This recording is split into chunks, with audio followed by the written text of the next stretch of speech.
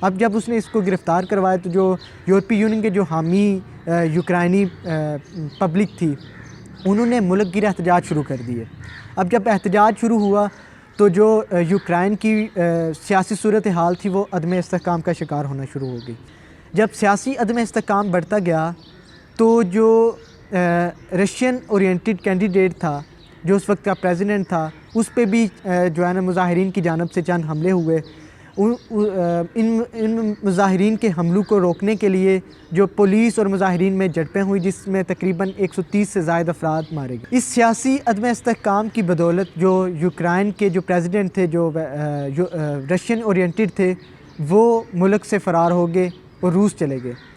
اب جب وہ اس ملک سے فرار ہوا تو دوبارہ الیکشن ہوئے اور جو ویسٹرن اورینٹڈ کینڈیڈیٹ تھا وہ دوبارہ جیتا اور دوبارہ جو ہے نا معاملات زندگی پر آ گئے. فروری 2014 بھی یوکرائن کی تاریخ میں ایک سیاہ باب کی صورت میں ابھی بھی موجود ہے جب روس نے یوکرائن کے ایک جزیرہ نما ملک کریمیا پر قبضہ کر لیا. اب اس قبضہ کرنے کی ایک وجہ یہ بھی ہے کہ اس وقت روس کا جو پریزیڈنٹ تھا وہ تھا پیوٹن، اور پیوٹن ایک ریولوشنسٹ تھا. وہ ایک اکھنڈ رشیا کا خواب دیکھنے والا تھا اور وہ یہ خیال کرتا تھا کہ جو کریمیا ہے وہ رشین امپائر کا انٹیگرل پارٹ ہے. اس کی دوسری وجہ یہ تھی کہ جو نیٹو کی فورسز تھی نا وہ اس کی ایسٹ ورڈ ایکسپینشن تھی وہ بڑھتی چلی جا رہی تھی، اور جو روس تھا وہ یہ چاہتا تھا کہ جو فارمر نیشنز ہیں نا وہ کسی بھی بلاک میں شامل نہ ہو اور ایک انڈیپینڈنٹ اسٹیٹ میں برقرار رہیں. اس وجہ سے یوکرائن رشیا نے کریمیا پر حملہ کر دیا اور اس پر قبضہ. اب اگر ہم بات کریں اپریل 2019 کے الیکشن کی، زیلنسکی جو کہ ویسٹرن اورینٹڈ کینڈیڈیٹ تھا اس نے جو روس کا حامی کینڈیڈیٹ تھا اس کو ایک بھاری اکثریت سے شکست دی اور پارلیمان میں بھی بھاری اکثریت سے فتح حاصل کی.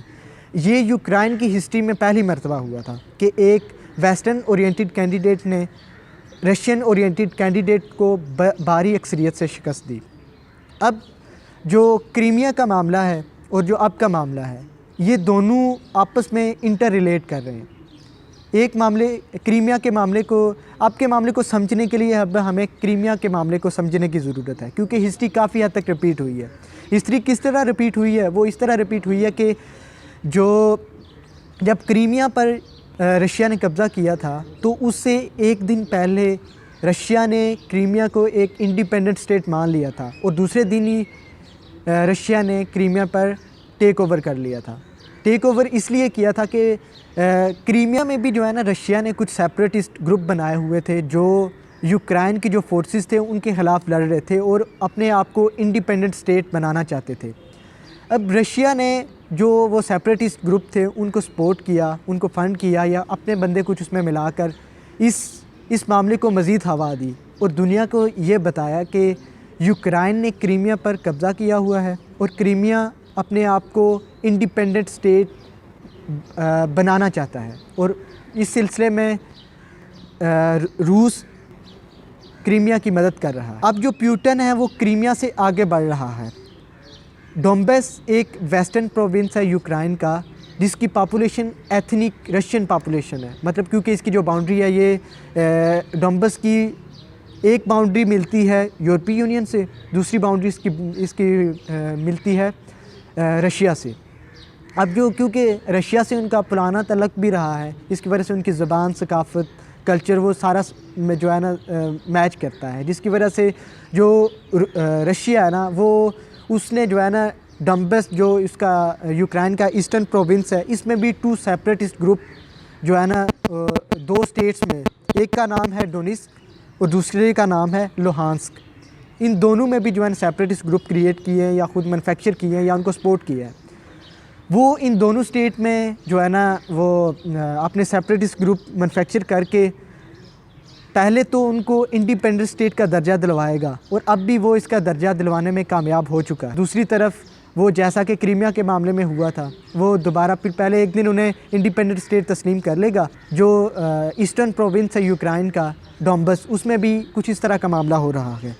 پہلے تو اس نے جو ہے نا پیوٹن نے جو مطلب اگر ہم رشیا کی بات کریں تو رشیا نے کچھ سیپریٹسٹ گروپ کریٹ کیے، ان کو مینوفیکچر کیا، ان کو سپورٹ کیا، اپنے بندے ان میں شامل کر کے جو ہے نا وہ انڈیپینڈنس کا جو ان کا ایک نعرہ تھا اس کو ہوا دی، اس کو سپورٹ کیا، اس مومنٹ کو سپورٹ۔ اب جو اگر ہم ڈیٹا بیس کے لحاظ سے اگر ہم بات کریں تو تقریباً 30,000 سے کم جو ہے نا سیپریٹسٹ جو پبلک ہے، جو لوگ ہیں وہ اس نظریے کو سپورٹ کر رہے ہیں۔ اب جو ایسٹرن پروونس ہے یوکرائن کا ڈونبس، اس میں جو 2 اسٹیٹس ہیں، ایک ہے ڈونیٹسک ہے اور دوسرا لوہانسک، اس میں جو رشیا نے جو 2 سیپریٹسٹ گروپ مینوفیکچر کیے ہیں جو کہ یوکرائن کی فورسز کے خلاف لڑ رہے ہیں، یوکرائن کی فورسز کے خلاف لڑ رہے ہیں کہ ہمیں جو ہے نا انڈیپینڈنٹ اسٹیٹ کا درجہ دیا جائے۔ اب اس ساری صورتحال کو اگر ہم کنکلوڈ کریں تو اس کا نتیجہ کچھ یوں نکلے گا کہ اب پیوٹن نے ان دونوں اسٹیٹ